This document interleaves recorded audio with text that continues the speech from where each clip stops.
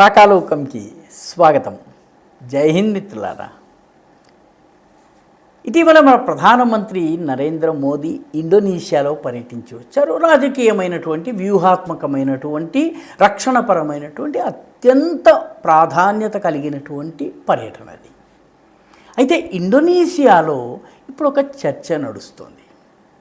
ఈ చర్చ పెద్ద మీడియాలో రావడం లేదు, కానీ ఇండోనేషియన్ ప్రజల మధ్య గుసగుసల రూపంలో రకరకాలుగా ఈ చర్చ జరుగుతోంది. ఈ చర్చ ఏంటంటే 500 సంవత్సరాల క్రితము శబ్ద పానోన్ అనేటటువంటి ఒక మహాపురుషుడు తనని తాను కాల్చేసుకున్నాడు. కాల్చేసుకుంటున్న సమయంలో కొన్ని భవిష్యవాణులు చెప్పాడు ఆయన. మనకి వీరబ్రహ్మేంద్ర స్వామికి సంబంధించినటువంటి కాలజ్ఞానం ఏ రకంగా ఉందో, ఇంగ్లీషు వాళ్ళకి నాస్ట్రాడామస్ కాలజ్ఞానం ఏ రకంగా ఉందో, ఆ రకంగా ఈ శబ్ద పానోన్ అనేటటువంటి ధర్మగురువు కాలుతూ చెప్పినటువంటి కాలజ్ఞానాన్ని ఇండోనేషియన్లు బాగా నమ్ముతారు. ఆయన చెప్పింది ఏంటంటే, ప్రస్తుతం ధర్మం అంతరించిపోతోంది. ఈ ధర్మం అంతరించిపోయిన తర్వాత 500 సంవత్సరాల తర్వాత మళ్ళీ నేను వస్తాను. అయితే ఈ 500 సంవత్సరాల్లో ఏమేమి జరుగుతాయని చెప్పి ఆయన కొన్ని వివరించారు. కాబట్టి సర్వసాధారణ హిందూ, ముస్లిం అన్ని రకాల ఇండోనేషియన్లకు ఈ శబ్ద పానోన్ కథ మనసులో ఉంటుంది, ఇళ్లలో చర్చ జరుగుతూ ఉంటుంది, అప్పుడప్పుడు బహిరంగంగా కూడా చర్చ జరుగుతూ ఉంటుంది. వాస్తవానికి ఈ శబ్ద పానోన్ ఎవరు? చాలామందికి తెలియని విషయం ఏంటంటే 1478 వరకు కూడా ఇండోనేషియా ఒక హిందూ దేశం, పూర్తి స్థాయి హిందూ దేశం. 3 ప్రధానమైనటువంటి హిందూ సామ్రాజ్యాలు ఉండేవి. ఒకటి శ్రీవిజయ సామ్రాజ్యం ఉండేది. శ్రీవిజయ సామ్రాజ్యంతో పాటు రెండవ చాలా పెద్ద సామ్రాజ్యం పేరు మజపాహిత్ సామ్రాజ్యం. ఈ మజపాహిత్ సామ్రాజ్యం కూడా హిందూ ధర్మమే. పూర్తిగా భారతదేశం నుంచి వెళ్ళేటటువంటి వ్యాపారులు, అదేవిధంగా రకరకాల ధర్మగురువులు వీళ్ళు బోధించినటువంటి హిందూ ధర్మం ఆధారంగానే, వీళ్ళు బోధించినటువంటి జీవన విలువల ఆధారంగానే ఆ ద్వీపం నడిచేది. మూడవది ఇంకొక స్థానిక బాలి ద్వీపం ప్రాంతంలో ఇంకొక పద్ధతి ఉండేది. మొత్తానికి 3 సామ్రాజ్యాల్లో హిందూ ధర్మమే ఉండేది. పెద్ద పెద్ద దేవాలయాల్ని నిర్మించారు. ఈ పెద్ద పెద్ద దేవాలయాల్లో నిత్య పూజలు, రకరకాల నైమిత్తిక కర్మలు ఇవన్నీ కూడా జరుగుతూ ఉండేవి. కానీ 1478లో బ్రావిజయ్ అనేటటువంటి రాజు, మజపాహిత్ సామ్రాజ్యపు రాజు ఇస్లాంని స్వీకరించాలని నిర్ణయించుకున్నాడు. ఆయనతో పాటు ప్రజలందరూ కూడా ఇస్లాంని స్వీకరించాలని నిర్ణయించుకున్నారు. ఇది చరిత్రగా చెప్తూ ఉంటారు. ఇండోనేషియాలో ప్రజలందరూ కూడా దీని గురించి చెప్పుకుంటూ ఉంటారు. అయితే తన ధర్మగురువు అయినటువంటి, తన రాజగురువు అయినటువంటి శబ్ద పానోన్ దగ్గరికి వెళ్ళి, శబ్ద పానోన్ మీరు కూడాను నాతో పాటు ఇస్లాంలోకి వచ్చేయండి అని చెప్పారు. అయితే తాను ఈ పనిని చేయలేను, ఇలాంటి సామ్రాజ్యంలో తాను ఇంకా ఉండబోను అని తనని తాను సజీవ దహనం చేసుకున్నాడు ఆయన. అయితే సజీవ దహనం చేసుకునే సమయంలో ఆయన చెప్పింది ఏంటంటే, 500 సంవత్సరాల తరువాత నేను మళ్ళీ వస్తాను, మళ్ళీ ధర్మాన్ని ప్రతిష్ఠిస్తాను అన్నాడు. దానికన్నా ముందు ఆయన 2006వ సంవత్సరంలో ఆయన చెప్పిన లెక్క ప్రకారం ఒక ఫలానా సంవత్సరంలో భారీ భూకంపం వస్తుంది. ఆ భూకంపం తర్వాత సునామీ వస్తుంది. ఆ తరువాత అది ఇంగ్లీషు లెక్కల ప్రకారం చూస్తే 2005, 2006 ప్రాంతం అవుతుంది. అదే సమయంలో అతిపెద్ద సునామీ ఇండోనేషియా దగ్గర వచ్చింది. ఆ సునామీ ప్రభావం మనం కూడా అనుభవించాం. అదేవిధంగా జావాలో ఉన్నటువంటి ఒక భూకంపము పేలి దాని యొక్క కాలుష్యము మొత్తం ఇండోనేషియా అంతా కూడా వ్యాపిస్తుంది అని చెప్పి ఆయన భవిష్యవాణి చేశారు. అది కూడా దాదాపుగా నిజమైంది.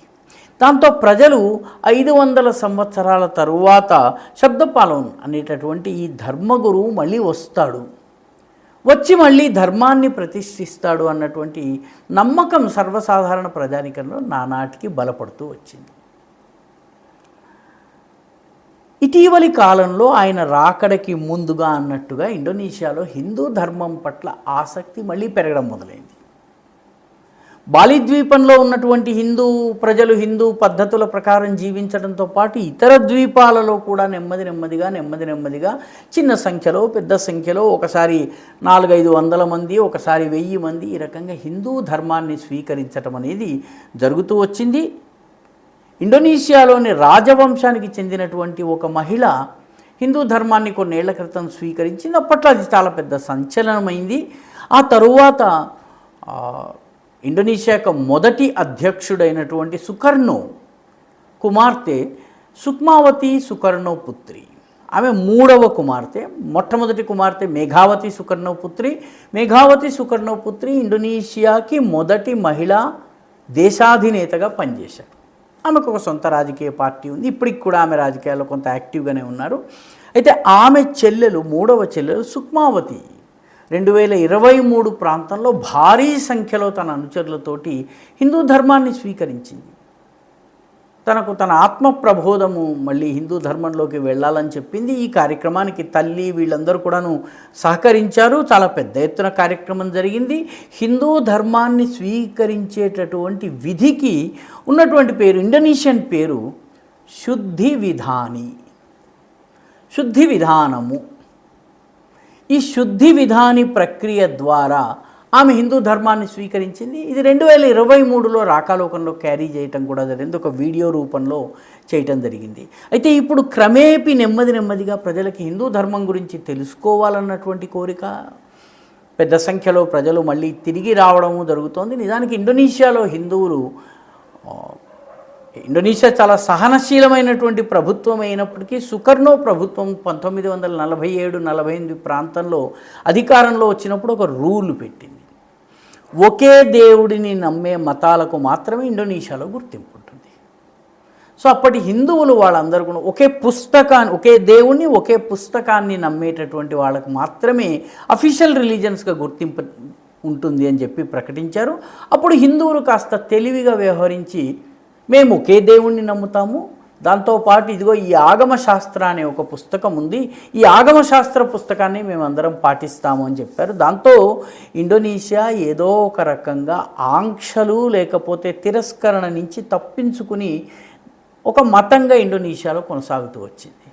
ఇప్పుడు నెమ్మదిగా ప్రజల్లో ఈ ఇంట్రెస్ట్ పెరుగుతూ వచ్చింది.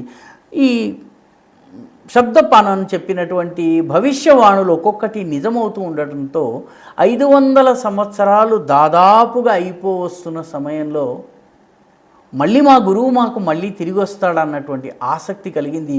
ఇటీవల మోదీ అక్కడ పర్యటన చేసినప్పుడు మోదీ యొక్క వ్యవహార శైలి కానీ, అతని యొక్క ధార్మిక ప్రవృత్తి కానీ, ఆయనకు సంబంధించినటువంటి మందిరాలను పర్యటిస్తున్నప్పుడు మందిరాల్లో ఆయన సేవలు చేస్తున్నట్టు సమయంలో ఆయన ఒక వ్యవహార శైలి కానీ ఇవన్నీ చూసిన తర్వాత సగటు హిందూ ఇండోనేషియన్ మనసులో 500 సంవత్సరాల క్రితం శబ్దపానం చెప్పినటువంటి పునరాగమనం ఇదేనా, మోదీయే ఆయన అన్నటువంటి అనుమానం కలుగుతోంది. అదేవిధంగా కలుగుతోందని అక్కడ ప్రజలు చెప్పుకుంటున్నారు. అదేవిధంగా స్థానిక పత్రికల్లో రకరకాల వీటిల్లో కూడా దీనికి సంబంధించినటువంటి చిన్న గ్రౌండ్ లెవెల్లో ఈ రకమైనటువంటి చర్చ మొదలైంది. నిజం కాకపోవచ్చును, ఇంకెవరన్నా మహానుభావుడు రావచ్చును, లేకపోయినా కూడాను సర్వసాధారణంగా ప్రపంచవ్యాప్తంగా హిందూ ధర్మం పట్ల ఆకర్షణ పెరుగుతోంది. అనేక దేశాల్లో ప్రజలు హిందూ ధర్మాన్ని స్వీకరిస్తున్నారు. ఆఫ్రికన్ దేశాలు కావచ్చును, లాటిన్ అమెరికన్ దేశాలు కావచ్చు, యూరోపియన్ దేశాలు కావచ్చును, హిందూ జీవన పద్ధతిలో జీవించేందుకు, హిందూ పద్ధతిలో వివాహం చేసుకునేందుకు ఆసక్తి చూపిస్తున్నారు. ఇండోనేషియాలో కూడా మోదీ ప్రభుత్వము రక్షణ, భద్రత, వ్యూహాత్మక ప్రయోజనాలతో పాటు ఇండైరెక్ట్గా ఇది కూడా జరిగిందా అన్నటువంటి ఊహాగానాలు ఇండోనేషియాలో బాగా బలంగా వినిపిస్తున్నాయని చెప్పి ఇండోనేషియాలో పనిచేస్తున్నటువంటి హిందూ కార్యకర్తలు, ముఖ్యంగా ఆగ్నేయాసియాలో పనిచేస్తున్నటువంటి హిందూ కార్యకర్తలు ఎవరైతే ఉన్నారో, అనేక ఆగ్నేయాసియా దేశాల్లో హిందూ ధర్మం కోసం పూర్తి సమయం పనిచేసేటటువంటి కార్యకర్తలు ఉన్నారు. వీళ్ళు వివిధ దేశాల్లో పర్యటిస్తూ ఉంటారు, వివిధ సమాచారాన్ని సేకరిస్తుంటారు. వారి నుంచి వచ్చినటువంటి సమాచారం ఇది. ఈ వీడియో మీకు నచ్చినట్టయితే లైక్ చేయండి, షేర్ చేయండి, ఈ ఛానల్కి సబ్స్క్రైబ్ చేయండి. మీ అభిప్రాయాన్ని కమెంట్ల రూపంలో తప్పనిసరిగా పంపించండి.